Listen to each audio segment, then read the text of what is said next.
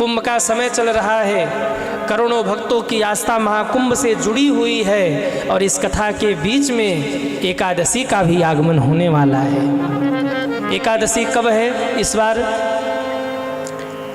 माघ मास की कृष्ण पक्ष की एकादशी इस बार 25 जनवरी को है और इस एकादशी का नाम है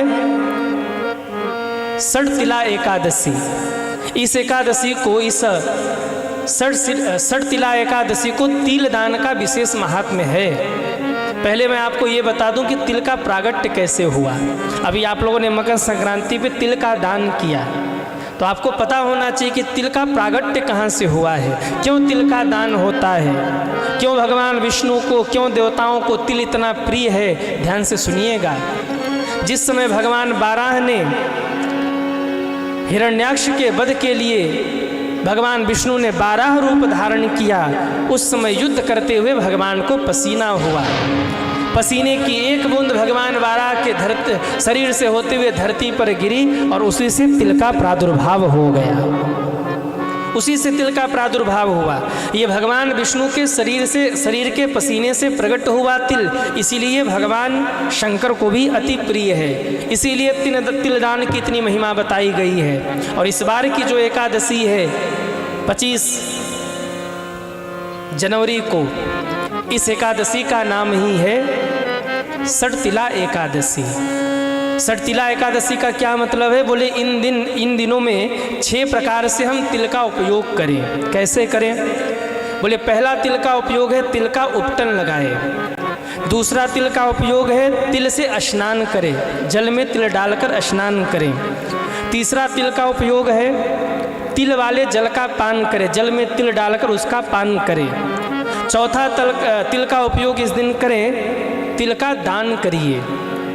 पांचवा जो तरीका है तिल का उपयोग करने का, वो ये है कि उस तिल को आप भोजन में या जो भी फलाहारी आप बनाइए उसमें डाल करके भगवान को भोग लगाइए और वही फलाहारी आप पाइए। और छठा जो प्रयोग है तिल से हवन करिए। तिल अगर आप तिल से हवन नहीं कर पा रहे तो घी में तिल को डाल दीजिए, तो वो तिल का ही हवन माना जाएगा। जो आप घी की आहुति देंगे वो तिल की ही आहुति मानी जाएगी। तो घी में तिल को डालकर उससे आप हवन करें। 6 प्रकार से आप तिल का उपयोग करिए। इस एकादशी का नाम ही है षटतिला एकादशी, यानी हमें 6 प्रकार से तिल का उपयोग करना है। और नहीं कर पाए तो 2-3 प्रकार से तो कर ही सकते हैं। जल में तिल डालकर स्नान कर लीजिए, तिल की कोई चीज़ खा लीजिए, तिल का दान कर लीजिए, ये सब तो हम कर ही सकते हैं। अब आप सोच रहे होंगे कि षटतिला एकादशी की महिमा क्या है। ध्यान दीजिएगा। शास्त्रों के अनुसार एक माता जी थी, उन्होंने पूजन बहुत किया, उन्होंने पाठ बहुत किए, लेकिन कभी भी उन माता जी ने दान नहीं किया। एक दिन भगवान विष्णु ने सोचा ये खूब पूजा पाठ तो कर रही पर इन्होंने दान किया ही नहीं। भगवान ने रूप बदल लिया और बदलकर रूप दरवाजे पे गए, मैया भिक्षाम देहि। महात्मा का रूप धर के गए।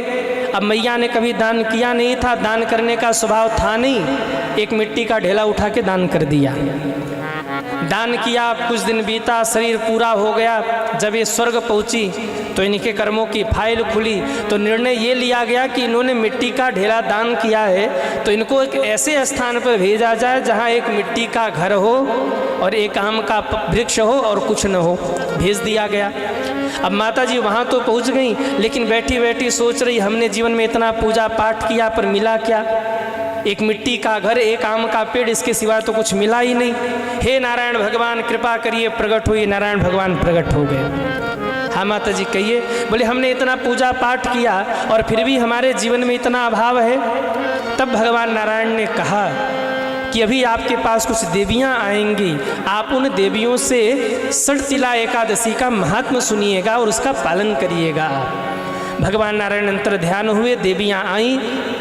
इन माताजी ने षटतिला एकादशी का महात्म्य सुना और वहीं पर रहकर इन्होंने इस एकादशी का व्रत किया।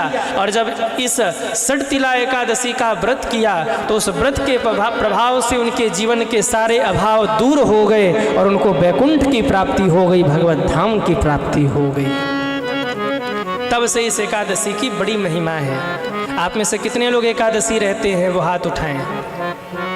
वाह।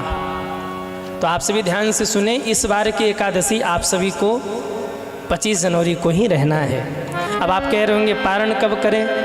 पारण का समय 26 तारीख को सूर्योदय से लेकर के 10 बजे तक है।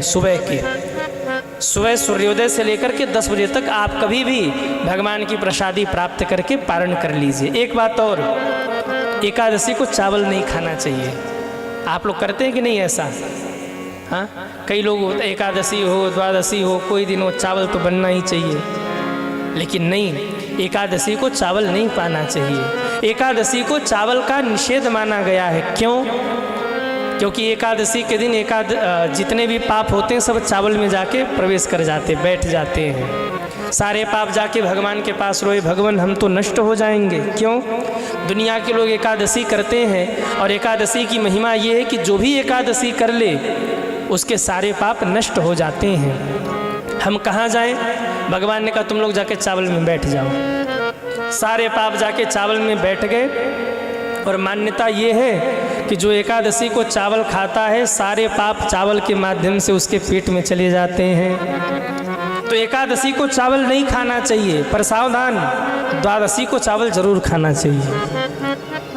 एक ही दाना आप खाइए चावल, लेकिन चावल जरूर खाइए, तभी एकादशी की पूर्ति होगी। लेकिन एकादशी को मैं माताओं और बहनों से भी निवेदन करूं, अपने घर में चावल बनाइए ही नहीं, एकादशी को वर्जित रखिए। तो एकादशी का व्रत आप सभी लोग जरूर रखें। 25 को एकादशी है।